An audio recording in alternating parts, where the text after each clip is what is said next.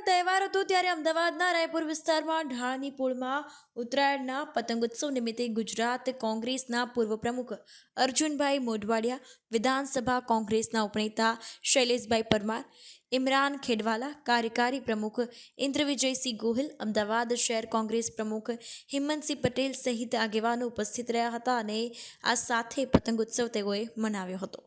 2024ની ચૂંટણીને લઈને પણ નિવેદન આપ્યું હતું। अलग अलग प्रदेशों ની અંદર મકર સંક્રાંતિના અલગ અલગ નામો હોય છે, પરંતુ આખરે દિવસ એક હોય છે અને એ દિવસે ભારતના તમામ લોકો સાથે મળીને આ પર્વ ઉજવે છે। ગુજરાતમાં ખાસ કરીને આ મકર સંક્રાંતિનું પર્વ છે, એ નિમિત્તે પતંગ ચગાવવાનું જે પરંપરા છે એ પરંપરા દાયકાઓથી છે અને હવે એક સામૂહિક ઉત્સવ રૂપે અમદાવાદ અને બીજા તમામ શહેરોની અંદર આ પતંગ ઉત્સવ ઉજવાય છે। ખાસ કરીને અમદાવાદની પોળનો જે આ પતંગ ઉત્સવનો મહિમા છે એ ખૂબ જ મોટો છે, એટલે આજે અમારા જે અમદાવાદના પ્રભારી અને અહીંયા પ્રદેશ કોંગ્રેસ સમિતિના ઉપપ્રમુખ વિમલભાઈ શાહના આમંત્રણથી એમની જ પોળમાં એમના જ મકાનની અંદર બધા પતંગ ચગાવવા માટે આવ્યા છે। ત્યારે જે જૂના પોળવાસીઓએ અમદાવાદનું સાચી સંસ્કૃતિ જાળવી રાખી છે એમનો પણ આભાર માની અને એમને અભિનંદન આપું છું અને ફરીથી તમામ ગુજરાતી ભાઈ બહેનો અને તમામ દેશવાસીઓને આ નિમિત્તે શુભકામના। આપણી સાથે કોંગ્રેસના નેતા જોડાયા છે હિંમતસિંહભાઈ પટેલ, એમની સાથે વાત કરીશું કે આજે ઉત્તરાયણનો તહેવાર છે કઈ રીતે મનાવશે। હિંમતસિંહભાઈ, આપનું હાર્દિક સ્વાગત છે। આજે ઉત્તરાયણનો પર્વ છે, શું કહેશો? જો આજે ધાર્મિક રીત રિવાજો મુજબ આજથી શુભ દિવસો શરૂ થાય છે। ઉત્તરાયણ અને સંક્રાંત જે છે આપણા માટે ખૂબ પવિત્ર દિવસ છે। સૂર્યદેવની પૂજા પ્રાર્થના અર્ચના કરીને આજે લોકો સવારે ઘરમાં મંદિરોમાં દર્શન કરીને ભગવાનના આશીર્વાદ લેતા હોય છે। પછી ગુજરાતની અંદર એક અનેરો પ્રસંગ આપણે ઉત્તરાયણ તરીકે જે પતંગ ઉત્સવ જે છે, લોકો ખૂબ હર્ષ ઉલ્લાસ અને ઉમંગ સાથે સમગ્ર ગુજરાતમાં તમે જોશો તો લોકો રોડ ઉપર આજે તમને કર્ફ્યુ જેવું લાગશે। તમામ લોકો પોતપોતાના ધાબા ઉપર, પોતપોતાના છત ઉપર, પોતપોતાના મકાન ઉપર વહેલી સવારે ઉઠીને ચા પાણી નાસ્તો, બપોરે જમવાનું, મોડી સાંજ સુધી લોકો પતંગ ઉત્સવનો આનંદ લે છે અને ખૂબ ભાઈચારા સદભાવનાથી બધા કુટુંબના મિત્રો, સ્નેહીજનો, સગા સંબંધીઓ અને તમામ પરિવારજનો સાથે આ પ્રસંગનો ખૂબ આનંદ લે છે। 2024નું ઇલેક્શન નજીક છે અને રામ મંદિરની ભવ્ય પ્રતિષ્ઠા થવા જઈ રહી છે 22 જાન્યુઆરીએ, તો કેવી છે તૈયારી? કોંગ્રેસના નેતાઓ જશે, અમુક જવાના છે, નથી જવાના, શું કહેશો? જો એ બાબતની અંદર જે કોંગ્રેસ પાર્ટીએ એક મુદ્દો વાત કર્યો છે કે જે આ આપણું જે સનાતન ધર્મ છે, હજારો વર્ષથી ચાલતી આપણી ભારતીય સંસ્કૃતિની અંદર જે શંકરાચાર્યો છે, જે શંકરાચાર્યો જે આખા રાષ્ટ્રના શંકરાચાર્યો છે, જે સમગ્ર દેશને નમન કરે છે, જ્યારે એમને કોઈ મુદ્દાઓ આચાર્યો છે, ઋષિ મુનિઓ છે, જે ધાર્મિક આપણા વડાઓ છે, એમને જે વાત કરી છે કે મંદિરનું કામ અધૂરું છે, શિખર પૂરું નથી થયું અને ધાર્મિક નીતિ નિયમો પ્રમાણે ભારતીય જનતા પાર્ટી જે રીતે આ કાર્યક્રમને કરી રહી છે એની સામે વાંધો છે। આ ધર્મનું કામ છે, ધર્મ ઋષિઓ મુનિઓ આચાર્યશ્રીઓ જે શંકરાચાર્યશ્રીઓ છે એમને સોંપવું જોઈએ અને એમના માધ્યમથી કરવું જોઈએ, એનું ભાજપાકરણ ના કરવું જોઈએ। મુદ્દો એટલો જ છે કે એનું ધર્મમાં રાજકારણ ના લાવવું જોઈએ। આસ્થા વિશ્વાસ બધાને છે, સમગ્ર રાષ્ટ્ર અને સમગ્ર દેશે એમાં પોતાની ઈચ્છા વ્યક્ત કરી છે, બધાને ઉત્સાહ છે, બધાને ઉમંગ છે। એમની પદ્ધતિ સામે વાંધો છે, એમની નીતિ સામે વાંધો છે। ભારતીય જનતા પાર્ટી એનો જે રીતે ભાજપીયકરણ કરી રહી છે એ રીતે નહીં, સાધુ સંતોને સોંપો, શંકરાચાર્યોને સોંપો, આચાર્યોને સોંપો, ઋષિ મુનિઓ જે છે આપણા જે આપણા બ્રાહ્મણો છે, જે આપણા ગુરુદેવો જે છે, જે ધાર્મિક રીત રિવાજ મુજબ જે કાર્ય ચાલે છે ને એ રીતે ચાલવા દો। ભાજપના નેતાઓ તો એવું પણ કહી રહ્યા છે કે 70 વર્ષ કોંગ્રેસની સરકાર રહી, તો આ અત્યારે હાલમાં પ્રાણ પ્રતિષ્ઠા થઈ રહી છે અને એમાં પણ કોંગ્રેસના નેતાઓ નથી જઈ રહ્યા, તો કોંગ્રેસ જોડે 70 વર્ષ હતા તો ત્યારે કેમ રામ મંદિર ના બનાવવામાં? એમને ખ્યાલ જ નથી। ભારતીય જનતા પાર્ટી હંમેશા ભ્રમિત પ્રચાર કરે છે, લોકોને ક્યાંક ને ક્યાંક ભ્રમિત કરવા માટે પ્રયાસ કરે છે। જ્યારે સમગ્ર રાષ્ટ્રમાં અને સમગ્ર દેશમાં જ્યારે રામ મંદિરના મુદ્દે જ્યારે વિવાદ થયો ત્યારે કોર્ટની અંદર આખી મેટર જ્યારે કોર્ટમાં ગઈ અને જ્યારે કોર્ટની અંદર મેટર ગઈ ત્યારે સમગ્ર રાષ્ટ્રમાં સૌ લોકોએ નક્કી કર્યું કે ન્યાયતંત્ર એ સર્વોપરી છે, ન્યાયતંત્રનો જે પણ ચુકાદો આવશે એ ચુકાદો અમને શિરોમાન્ય છે। જ્યારે ન્યાયતંત્રને કોઈ દિશા નિર્દેશ આપી શકે નહીં।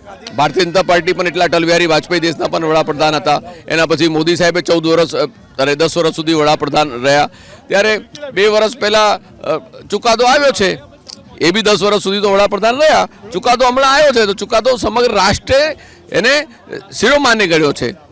સુપ્રીમ કોર્ટ જે છે સર્વોપરી છે અને સમગ્ર રાષ્ટ્રે એના ઉપર વિશ્વાસ છે અને તમામ ધર્મ, તમામ જાતિ, તમામ સમાજના લોકોએ એને બિરદાવ્યું છે.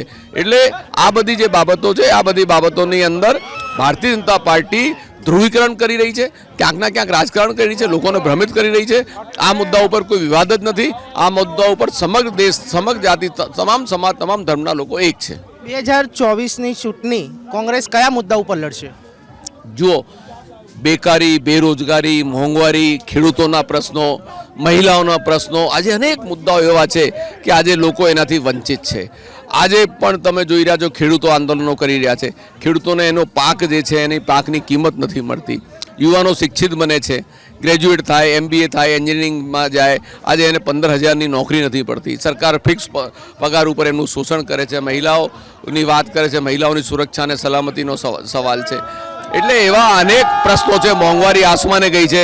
ગેસના બાટલા 1100 રૂપિયા, પેટ્રોલ, ડીઝલ જે કોંગ્રેસના શાસનમાં 40-45નો ભાવ હતા, 100 પાર કરી ગયા છે.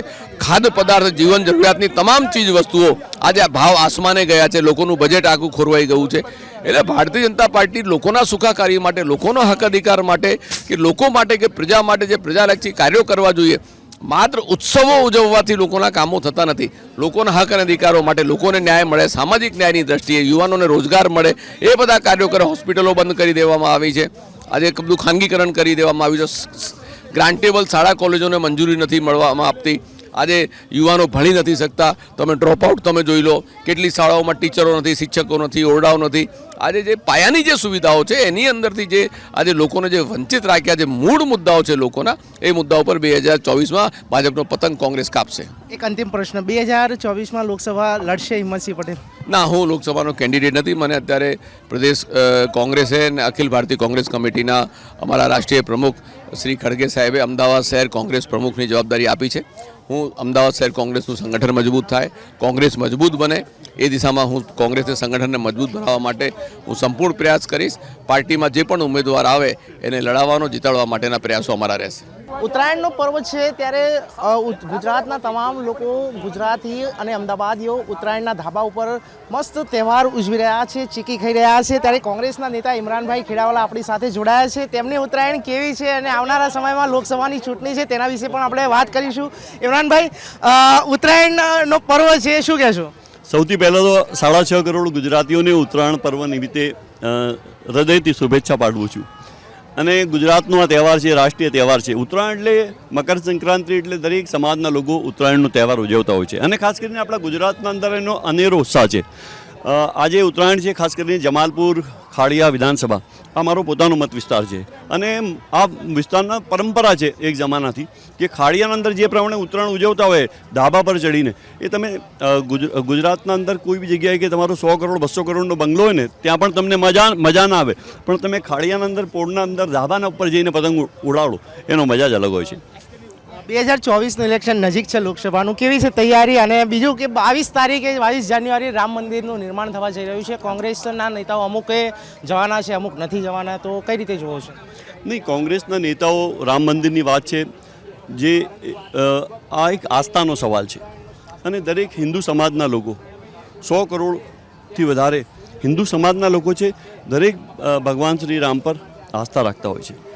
આ આસ્થા એટલા માટે જરૂરી છે કે આપણે ભારત દેશમાં રહીએ છીએ. ભારત દેશની સંસ્કૃતિ અલગ છે આખી.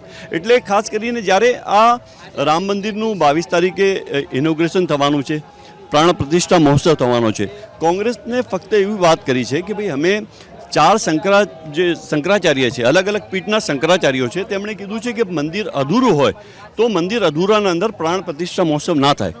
એ વાત લઈને કોંગ્રેસ પાર્ટીએ શંકરાચાર્યો જોડે વાત કરી અને સમગ્ર ભારત દેશના અંદર જ્યાં હિન્દુ સમાજના આસ્થાના લોકો જોડાયેલા છે એ લોકો પણ એ જ વાત કરતા હોય છે કે અધૂરું મંદિરની પ્રાણ પ્રતિષ્ઠા ન થવી જોઈએ. પરંતુ ભારતીય જનતા પાર્ટી જે પ્રમાણે 22મી જાન્યુઆરીએ એક ઇવેન્ટ મેનેજમેન્ટ કરીને આખો પ્રોગ્રામ ઊભો કર્યો છે, એમને ખબર છે કે 2024નું ઇલેક્શન એમના માટે કપરા ચરણ છે. કેમ કે હવે કોઈ વિકાસની વાત એમના પાસે રહી નથી. એમને રામ મંદિરના આધારે જ રામ મંદિરના ભરોસે 2024નું ઇલેક્શન લડવાનું છે. એટલે લોકો પણ સારી રીતે હવે જાણી ગયા છે કે ભારતીય જનતા પાર્ટી જે પ્રમાણેનું આ ઇવેન્ટ મેનેજમેન્ટ કરીને જે 22 જાન્યુઆરીએ રામ મંદિરનું ઉદ્ઘાટન કરવાનું છે, તો લોકો બી હવે એમને સમજી ગયા છે. ગઠબંધનની વાત છે ત્યારે ગઠબંધન ઇન્ડિયા ગઠબંધન તો હજી ખાલી મિટિંગો જ કરતું રહ્યું છે. ત્યાં તો ભાજપે તૈયારી કરી દીધી છે, તો તેને કઈ રીતે જુઓ છો આપ? ઇન્ડિયા ગઠબંધન છે એ તમામ જે પાર્ટીના લોકો ઇન્ડિયા ગઠબંધન સાથે જોડાયેલા છે ને, એ લોકોની વાત કરું કે જે અલગ અલગ રાજ્યમાંથી પોતાની વોટ બેંક છે ને, પોતાના ત્યાં MLA MPs હોય છે. એટલે રાજ્ય જે અલગ અલગ રાજ્યોમાંથી જે ગઠબંધનના જે પાર્ટીઓ જોડાયેલી છે, તો એમની દરેક લોકોની સમસ્યાઓ પણ અલગ અલગ છે.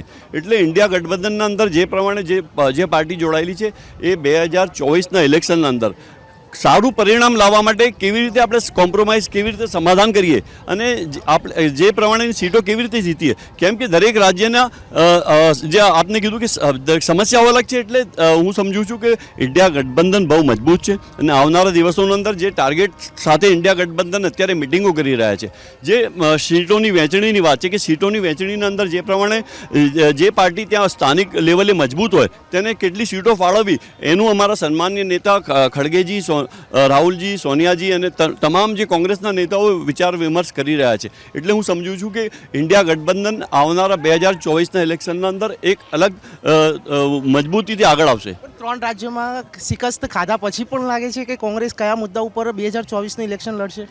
નહીં, અમારા પાસે તો ઘણા બધા મુદ્દા છે. મુદ્દા એવા છે કે ગુજરાતની વાત કરું કે ગુજરાતના અંદર બેરોજગારી છે, ભારત દેશના અંદર પણ બેરોજગારી છે. જ્યારે વડાપ્રધાન 2014ના અંદર વાત કરી હતી કે હું સત્તા પર આવી જઈશ ત્યારે 2 કરોડ લોકોને રોજી આપીશ, નોકરી આપીશ, સરકારી નોકરી મળશે, એવી વડાપ્રધાન વાત કરતા હતા. નથી લાગતું કે મોદીનું કહેવાય કે ટિપ્પણી કરતા હવે ક્યાંક મુદ્દાઓ કોંગ્રેસ ભટકતી હોય એવું નથી લાગતું? કોંગ્રેસ નહીં ભટકે. કોંગ્રેસ તો પ્રજાના સાથે જમીન સાથે જોડાયેલા લોકોની પાર્ટી છે. 138 વર્ષ જૂની પાર્ટી છે.